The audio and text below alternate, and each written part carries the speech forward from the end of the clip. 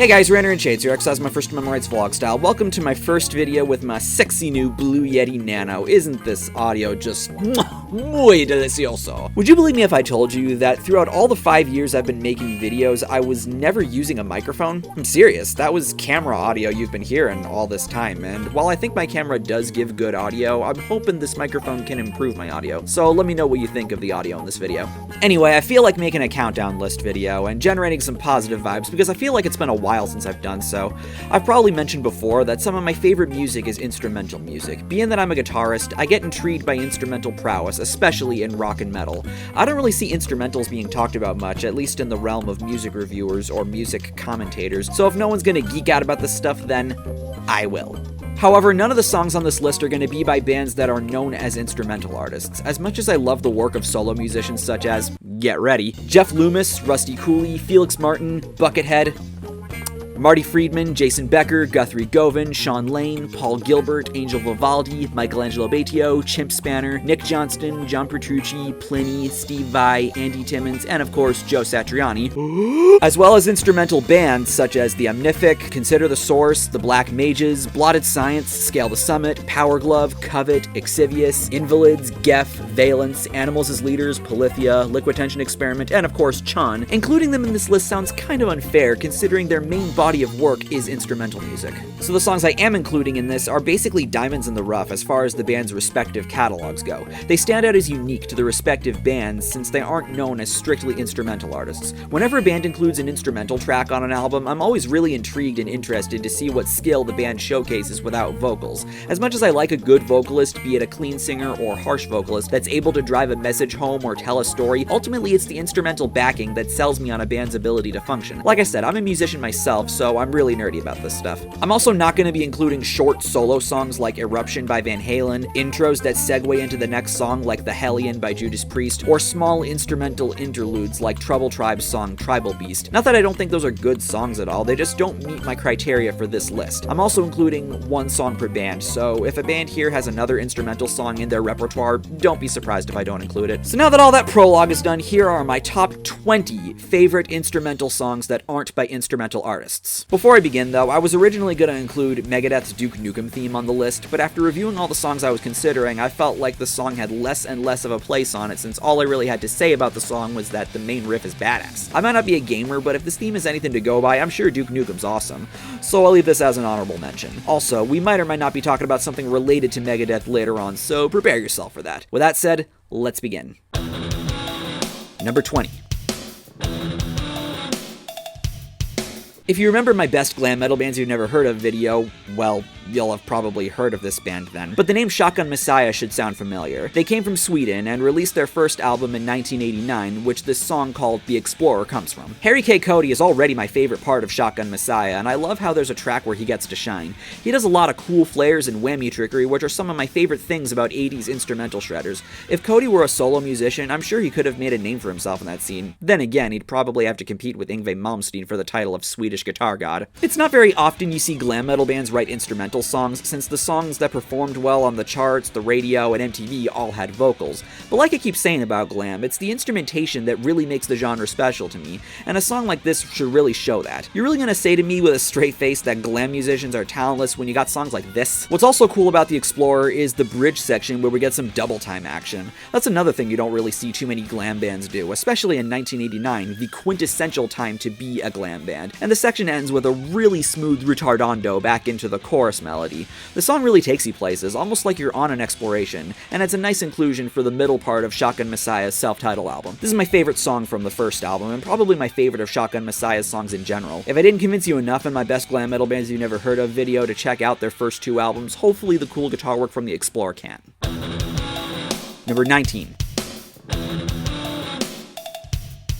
Not only is Steve Terraberry, or Stevie T, one of my favorite content creators in the guitar entertainment community. Is that a good name for that community? I've always been really stuck on what that group of YouTube musicians are known as, but he's a kick-ass guitarist. In 2015, Steve put out an album of original music called Album of Epicness. While most of the songs are goofy parodies like what Terraberry is known for on YouTube, such as Emotionless in White, A Night to Forget, White Veiled Grooms, and Penetrate the Sheer, it should be obvious what these are parodies of, this Canadian nerd here also includes a song where he gets to be himself, and that song happens to be my favorite from the album, Genstrumental. Yeah, you can argue the gent thing is played out, especially on YouTube, but I have such a fun time listening to this stuff, and Stevie T is someone that knows how to write some neat gent riffs, and it's a breath of fresh air hearing him play a more serious song and not going out of his way to be as much of a jokester as he can. The rhythms and lead melodies in this song in particular are really some of the more entertaining of Tara Berry's playing. There's nice gent breakdowns and cool flourishes like harmonics and whammy flutters. If you like what Stevie T does on YouTube, Album of Epicness is definitely worth checking out. I look forward to whenever he decides to record a second solo album, and while it wouldn't be a Stevie T album without him goofing around in the songs, I hope that album has more songs like this. Like I said about Steel Panther, you can think what you want about the comedy, but at the end of the day, I wouldn't be a fan if it weren't for the music itself. Number 18. Hailing from Finland, Stratovarius are without a doubt one of my all-time favorite power metal bands. Not only do they have some of the best album artwork, including my favorite album cover of all time, Visions, look at that sexy piece of work, but the music does a great job matching the scenery depicted in the artwork. It's epic, it's speedy, and it's just simply beautiful. This instrumental track called Stratofortress, I'm not sure if that's a pun, comes from the band's 9th album from 2003, Elements Part 1, and this track blazes. It's chock full of melodic parts from both guitarist Timo Tolkki and keyboardist Jens Johansson. There's also some excellent arpeggiation, and it really makes it feel like you're listening to something truly sophisticated. Later in the song it slows down for some more of the arpeggiation, but it comes off really dramatic, and after that the song basically ends on a cadence. I really wish this song were longer because it's really goddamn fun. Stratovarius are an excellent band that failed to disappoint, and they're always a great reminder as to what I love about power metal. I tend to get burnt out on this stuff a fair bit, but Stratovarius is always able to reel me back in with songs like Stratofortress. Number 17. This is a really underrated track from the new wave of British heavyweight Iron Maiden's 5th album, Third with Bruce Dickinson, 1984's Power Slave, which after much thought I've decided is my favorite of Iron Maiden's albums. There's some classics on the album like Flash of the Blade, The Duelists, 2 Minutes to Midnight, and of course Ace is High, but I never see Lost for Words get as much love. Oh, and speaking of 2 Minutes to Midnight, I'm literally recording this when it's 2 minutes to midnight right now. The song has a shuffle feel, which I love, and there's some really great harmonies where the bass blends really nicely. In general, there are some great bass lines from Steve Harris in the song, which of course are some of the best parts of Iron Maiden's sound.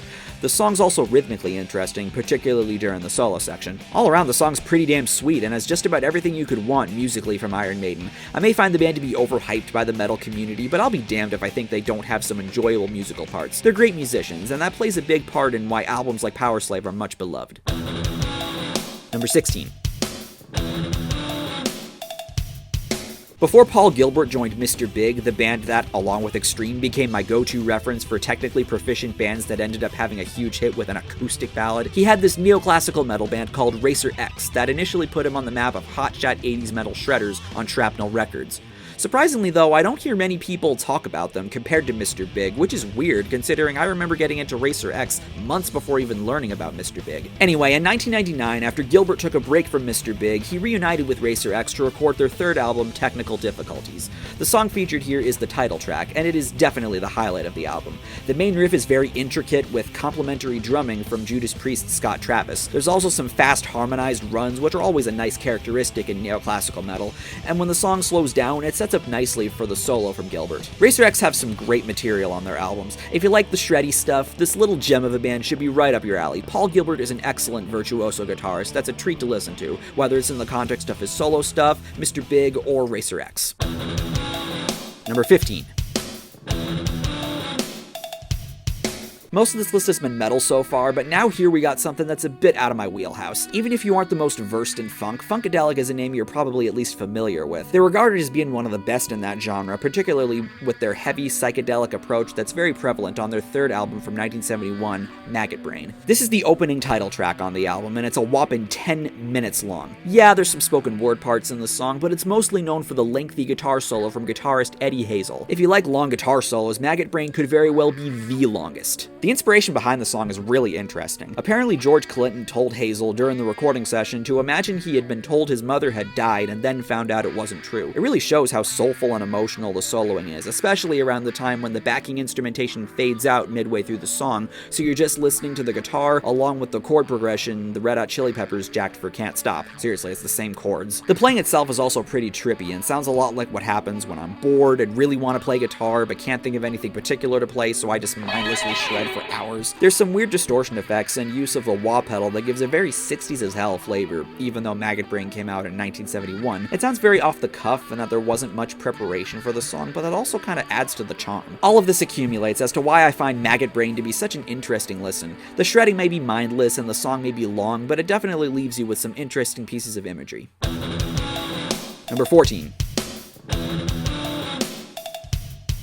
Here's another band I talked about in the Best Glam Metal Bands You Never Heard Of video, Bad for Good. In that video, I referred to these guys as metal's boy band in the sense that the members of this band were all teenagers brought together and supervised by none other than Steve Vai. So that name isn't just some jab at boy bands, I'm actually being serious, though that's no disrespect to Bad for Good, because unlike the impression most people have of boy bands, these kids could really play. Like with the Shotgun Messiah song, this song called Tire Kickin' Ya Makin' Me Nervous is my favorite from Bad for Good's Soul 1992 album, Refugee. It's a song that showcases the instrumental abilities of not just the guitarist Thomas McRocklin, who I'm sure that's not his actual last name, but also Zach Young, the bassist, and Brooks Wackerman, the drummer, who of course is now playing in Avenged Sevenfold. It opens with a skit involving some random banter of the kids, well, acting like kids. Come here!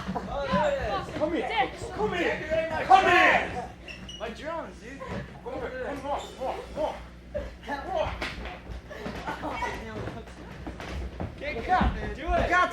An adult then comes in telling them to get their shit together, and they then all say together in a cheesy 80s sitcom fashion, then the music comes in like a whiplash, and you go, "Oh, just take it easy, man." Because remember, these guys are teenagers. It's not so much lowering your expectations as it is rewiring your mind as you take in what it is that you're hearing, that you're probably older than the kids in the band. McRocklin plays a lot of sweet licks throughout the song, and the drums have some cool fills and double bass work. There's also a weird call and response between the childish banter and the stops in the music, and then there's a drum solo from Brooks layered underneath an audience I can only assume was phoned in.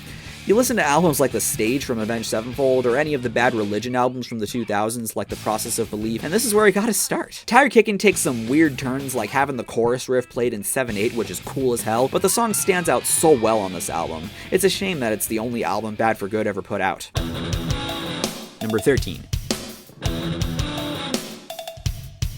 A list of instrumental songs just isn't complete without a mention of any of the instrumentals Metallica have made. Between this, Anesthesia Pulling Teeth, Call of Cthulhu, and To Live Is To Die, as far as classic Metallica instrumentals go, Orion has the most to offer and serves as one of my favorites to come from their masterpiece third album from 1986, Master of Puppets. The beginning riff is really hard-hitting and features some nice chord voicing, and then takes you into a slow section in 6/8 where we hear some sweet harmonies played over a very melodic bass line from the late Cliff Burton. Kirk Hammett's solo here is also nicely executed before we're then taken out of the slow 6/8 parts and the song speeds up again. The song's not as in your face as Metallica songs tend to be, and as a result, it just feels more emotional. Instrumentation was always their forte in the 80s, and it's a big reason as to why they're so highly regarded in not just the metal world, but also the music world at large. And while there's plenty more where that came from on Master of Puppets, Orion is still one of the best tracks on the album. Number 12. Apocalyptica, a band that utilizes symphonic instruments but doesn't sound like your typical symphonic metal band. Another band from Finland, they're made up of 3 cellists and a drummer, and although they currently have a vocalist, they've also featured a number of guest vocalists on their songs in the past, such as Corey Taylor of Slipknot and Stone Sour, Adam Gontier of 3 Days Grace and Saint Asonia, Brent Smith of Shinedown, Till Lindemann of Rammstein, Lacey Sturm of Flyleaf, and Matt Tuck of Bullet for My Valentine, among others. Worlds Collide comes from their 2007 album of the same name. It was the first song I had ever heard from Apocalyptica, and it's still a standout song of theirs to this day. The riffs and melodies here are cool, and it's really interesting to wrap your mind around the fact that these are cellos playing these riffs, and the way they're able to mix with the drums is also really interesting. There's some unique sections throughout the song where the cellos actually sound like cellos. Again, the thing I've always found to be interesting about Apocalyptica is how much the cellos are able to sound like guitars in the songs. Classical purists probably look at them as an abomination to the classical world, but in the metal world, they stand out as one of the most unique bands the genre has to offer. And Worlds Collide is definitely what I consider to be their signature song that sets the standard of what exactly they bring to the table. It definitely sounds more symphonic than some of their other songs, at least on this album. Give them a listen, they're pretty swell. Number 11. No, this isn't a cover of the New Order song. Rather, this is a soulful tribute to the late Stevie Ray Vaughan, who we might or might not be hearing more about later in this video, and it's performed by a band I've gone on record claiming to be one of the all-time best in glam, White Lion. Blue Monday comes from the band's fourth album from 1991, Main Attraction. It's the last album to feature the band's classic lineup, including the criminally underrated guitar virtuoso Vito Bratta. I've always preferred albums like Pride and Big Game over Main Attraction, but this song is one of the best moments on the album. Bratta might not be going as crazy in this song as he does in other White Lion songs, but his sensitivity in Blue Monday is just wonderful. Although the song is the second to last track on the album, I also look at Blue Monday as Vito Bratta's final song, or at least the final song he made with White Lion before stepping out. Listening to the song then sounds quite bittersweet, since while Bratta was saying goodbye to Stevie Ray Vaughan, his bandmates were saying goodbye to him. This song is a very heartfelt tribute to a classic guitarist, as well as a great tribute to a classic rock sound. I know when you think of glam and when you think of a band like White Lion, you think of something much crazier sounding, but when it comes to instrumental ballads, this is a tune you can't go wrong with. Number 10. Yay, we get to talk about my musical waifu! Orianthi Panagaris is my favorite female musician. Not only is she pretty goddamn cute, not only does she have some pretty catchy material, not only is she a PRS artist, but she is also quite the shredder. She's best known for her hit According to You from her 2009 album Believe, and coming from the same album is a song that features the previously mentioned Steve Vai called Highly Strung. I've heard very mixed things about this Australian guitar chick. Not everyone seems to think she's that great of a guitarist or songwriter, and while I'm fine with people having a differing opinion, I then look at a song like this that features one of the go-to references for guitar virtuosos and think, are you sure? Orianthi and Vai play off each other really well, and watching them together in the music video really shows this. Vai's sound shouldn't be too hard to differentiate from Orianthi's, but the music video can help clarify who's playing what. Highly Strung is a wicked fun song, with some of Orianthi's most charismatic moments, and Vai incorporating some of his trademark tricks. And the parts where they harmonize with each other, it's like an instrumental version of a male-female duet. If the guitar trickery in the song wows you like it does me, don't hesitate to check out more of Orianthi's work. Her songs might be pretty poppy most of the time, but it hardly detracts from her musicianship. And even if she needs the help of a guy like Steve Vai, wow that rhymed, she can still manage to bring the heat with a song like this. Number 9. The Allman Brothers Band are a band I'm sure need no introduction. Not only are they a go-to reference for jam songs that seem endless. This song has been going on for hours. Yeah, it's like the Allman Brothers. But said songs also include some pretty neat guitar playing. Despite that Simpsons reference, this song, In Memory of Elizabeth Reed, is actually shorter than Maggot Brain, clocking in at around 7 minutes. I could have included Jessica, and that's not a bad song, but Elizabeth Reed from the band's second album from 1970, Idlewild South, has a feel I enjoy considerably more, and it brings a good bit more to the table than Jessica does. It's jazzy, there's neat changes going from slow to more up-tempo, and it features some solid guitar work by Dickie Betts and the late Duane Allman, as well as nice organ playing from Duane's brother, Greg Allman. I'm not sure who Elizabeth Reed was, but Betts claimed the song was inspired by a mysterious woman he was involved with who was in a relationship with Boz Scaggs. Elizabeth Reed was the name the band saw on a tombstone at Rose Hill Cemetery in Georgia, where the band would occasionally write songs at, and decided to use that name to hide the identity of this mysterious woman. Whatever the case may be, the feel's pretty adventurous, and the solo work is very feel-good. The band sounds wicked tight, and they sound like they're enjoying every minute of jamming with each other. I enjoy a good jazzy tune, if you couldn't tell from some of the background music I use in my videos, and In Memory of Elizabeth Reed is a nice relaxing jam to have on in really any circumstance. The Allman Brothers have always been known for their solid instrumentation, especially in solo sections, and a song like this really shows why they're so highly regarded. I might not be the hugest fan of the band out there, but I'll never deny a song as excellent as this. Number 8. This song's gonna sound familiar to people who've seen my Music I Like video. If you've never heard of Cacophony, or as 2009 Shades used to naively pronounce their name upon discovery, Cacophony, they're a neoclassical metal band like Racer X that featured guitar virtuosos Marty Friedman and Jason Becker. You might think with names like those that this is an instrumental band, but they did have a vocalist in the band named Peter Marino. Unfortunately, Cacophony's songs with vocals are my least favorite, but that's okay, the guitar work alone is able to carry the band. Cacophony only made 2 albums before Marty Friedman joined Megadeth and Jason Becker joined David Lee Roth's band, and the song I'm showcasing here is the epic closing title track from their 1987 debut Speed Metal Symphony. It's without a doubt my favorite song of theirs, and the song that got me interested in not only the rest of this album, but also the careers of both Becker and Friedman, outside his work with Megadeth. The both of them were also putting out solo material in the late 80s, and Cacophony is an interesting staple of both their discographies. Speed Metal Symphony in particular stands out to me with all the tempo changes, lead melodies, and other neoclassical wankery. Symphony is such a great description of their magnum opus, and is a great showcasing of how great Friedman and Becker sound together. Had the two of them turned down the opportunity to find success with established acts, I'm sure they could have made some more albums together. But at the same time, Rust in Peace, Countdown to Extinction, and Euthanasia from Megadeth probably wouldn't be what they were, and neither would A Little Ain't Enough from David Lee Roth. Of course, Becker's contracting of ALS would also be an elephant in the room, so Cacophony probably wouldn't have lasted long either way. Not to sound like a virtue-signaling dickhead, but back when the ALS Ice Bucket Challenge was a thing in the summer of 2014, Jason Becker was someone I thought of a lot at the time. I hope he's doing okay, I really do. Even if he were to pass away at the time of this video's upload, he'll leave behind some great music, especially with Cacophony. Number 7. This might be the only song by Mr. Brian Kahanick, or Kahanick, I'm not sure how to pronounce it, that I'm familiar with, but it has just about everything I could want in an instrumental song. From his 2004 album Real Life, Gemini was included as a bonus song in Guitar Hero 2, along with 6 by All That Remains, Push Push Lady Lightning by Bane Camaro, Collide by Anarchy Club, by Deathclock, The Light That Blinds by Shadows Fall, Arterial Black by Drist, by Strong Bad, And the truck door comes in the night! and of course Jordan by Buckethead. This is one of my favorites of the bonus songs. Not only that, but it stands out to me as one of the few instrumental songs included in the game. The song might not be metal, but I remember parts of the song, especially towards the end, being pretty tricky to nail on expert.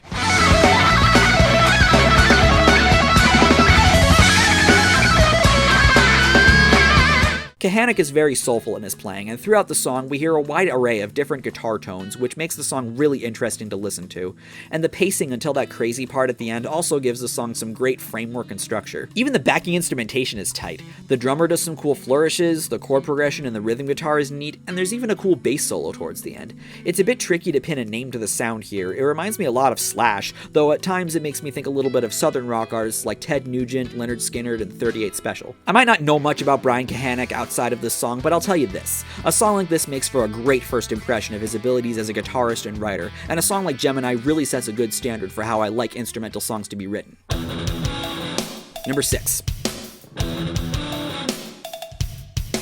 What can I say about Dream Theater that hasn't been said enough? They're a brilliant band and one of the greats in prog. Just about everything I've ever heard from them is orgasmic, and then we get to this great track from 1999's Metropolis Part 2 Scenes from a Memory. There are other Dream Theater instrumentals I could have easily chosen, like Stream of Consciousness from Train of Thought or Enigma Machine from the self-titled, but Dance of Eternity is a much more fun experience. Dance of Eternity is one of my favorite Dream Theater songs. If listening to John Petrucci, Jordan Rudess, and Mike Portnoy in Liquid Tension Experiment wasn't fun enough, here we have a song that plays a part in what many consider to not only be Dream Theater's best concept, but their best album in general. The song is part 1 of a scene in Act 2 of the album. At this point in the story, we divert away from the main character Nicholas as one of the secondary characters, Edward, seduces the female character Victoria after deciding that his love for her outweighs his feelings of uncertainty since she was in a relationship with his brother Julian, whom was becoming distant from her due to his drinking and gambling addictions. Yeah, it sounded weird to me too on first listen. There's some pretty sexy jazzy moments in the song, so the imagery comes to you pretty easily.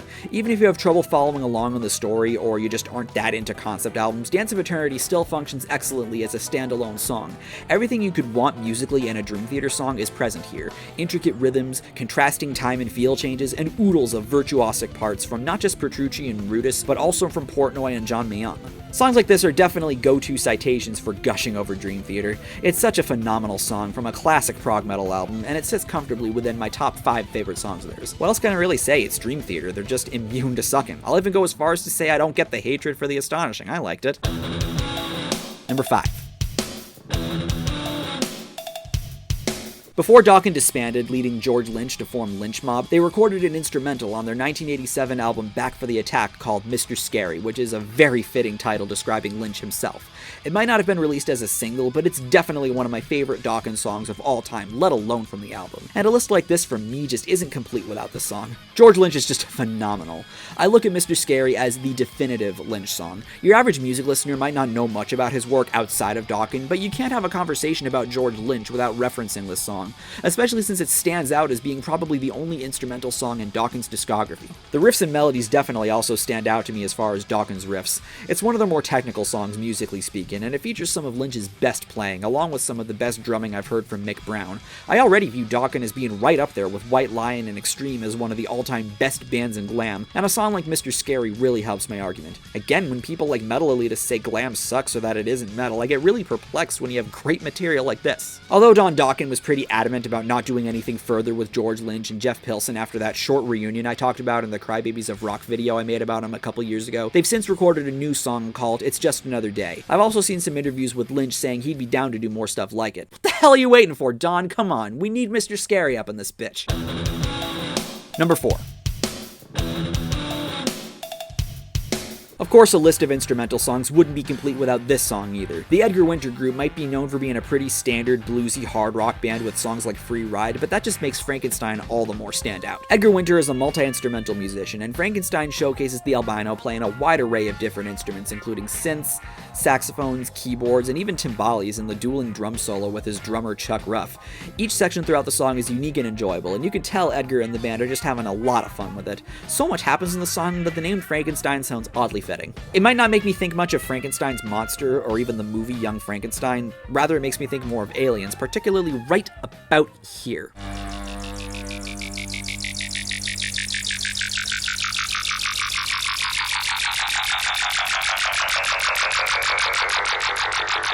And maybe also here too.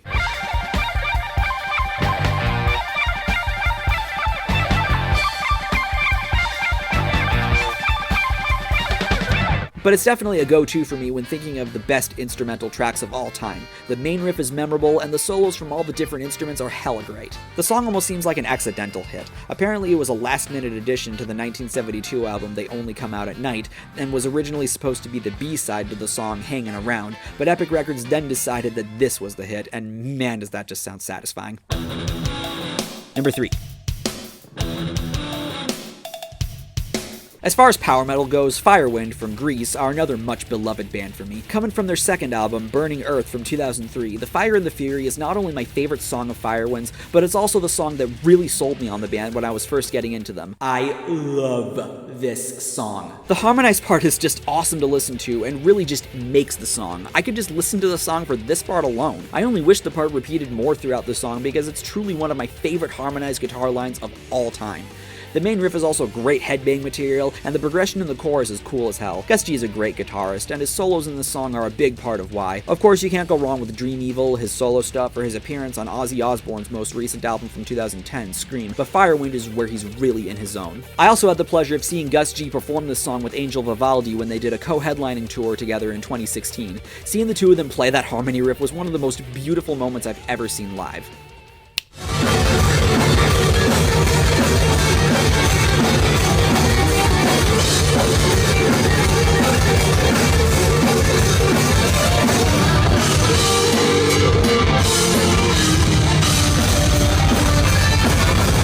To me, The Fire and the Fury is not only Firewind's signature song, but it's also a quintessential heavy metal instrumental. And since, spoilers, this is the last metal song on this list, that should really say something. Number 2. Oh man, this song. If there's anything bittersweet, it's this beautiful cover of Little Wing by Jimi Hendrix appearing on the posthumous album by someone Hendrix influenced, Stevie Ray Vaughan, on his last album, The Sky Is Crying, released 1 year after his death in 1991.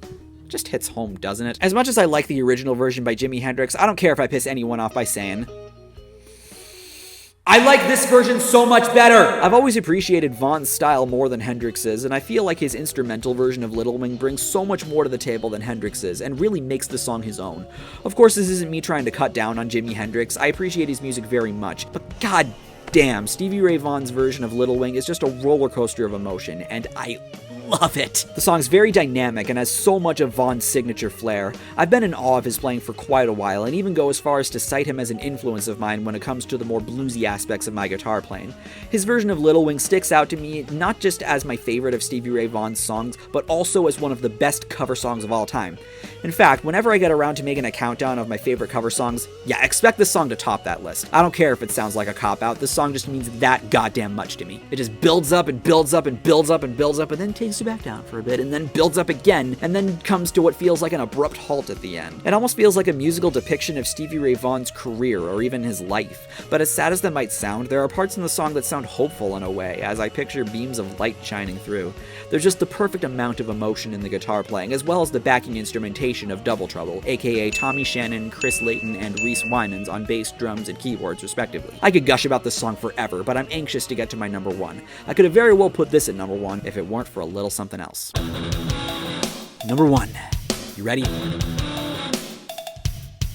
I can sum up why Rush is awesome in just 3 letters. Y, and Z. Rush is one of the most perfect all-around bands I can think of. Stellar musicianship, interesting lyrics, great overall writing. It should go without saying that I love Rush, and most of the reasons as to why I love Rush are present in this instrumental song. YYZ, from their classic 1981 album Moving Pictures, contains pretty much all the best musical characteristics of all 3 of the members. They all get a chance to shine, be it in the bass and drum solo trade-off between Geddy Lee and Neil Peart, the guitar solo from Alex Lifeson with some broken glass sound effects thrown in for some reason. Hey Cynic, you think you can explain that to me? The keyboard section that comes after the solo with the 5/4 intro, or even the funky main riff. YYZ fucking rules. The song's also personal to me, considering it was a song I taught myself on drums when I was 13, and it's still to this day a song I have a blast drumming to. Like with Gemini and Frankenstein, I have Guitar Hero to thank for exposing me to YYZ, and it left such a lasting impression on me that the other songs in the games paled in comparison at doing. And of course, I had to learn more about this Rush band and their body of work as a result of that. The song also set the standard for everything I like in an instrumental track. It's not just the guitar that's standing out, but the other members, well, not including the vocalist, are standing out with the guitarist. Each section of the song has something ear-catching to it, and contains musical characteristics I enjoy hearing in other songs of the particular band in question.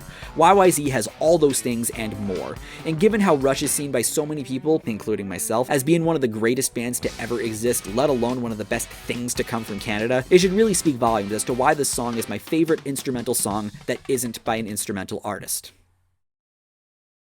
Hope you guys enjoyed this video. I had a lot of fun putting this list together.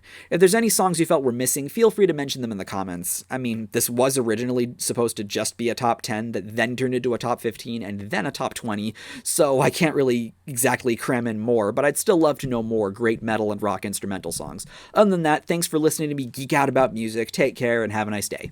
I'm Shades, and I'll see you next time.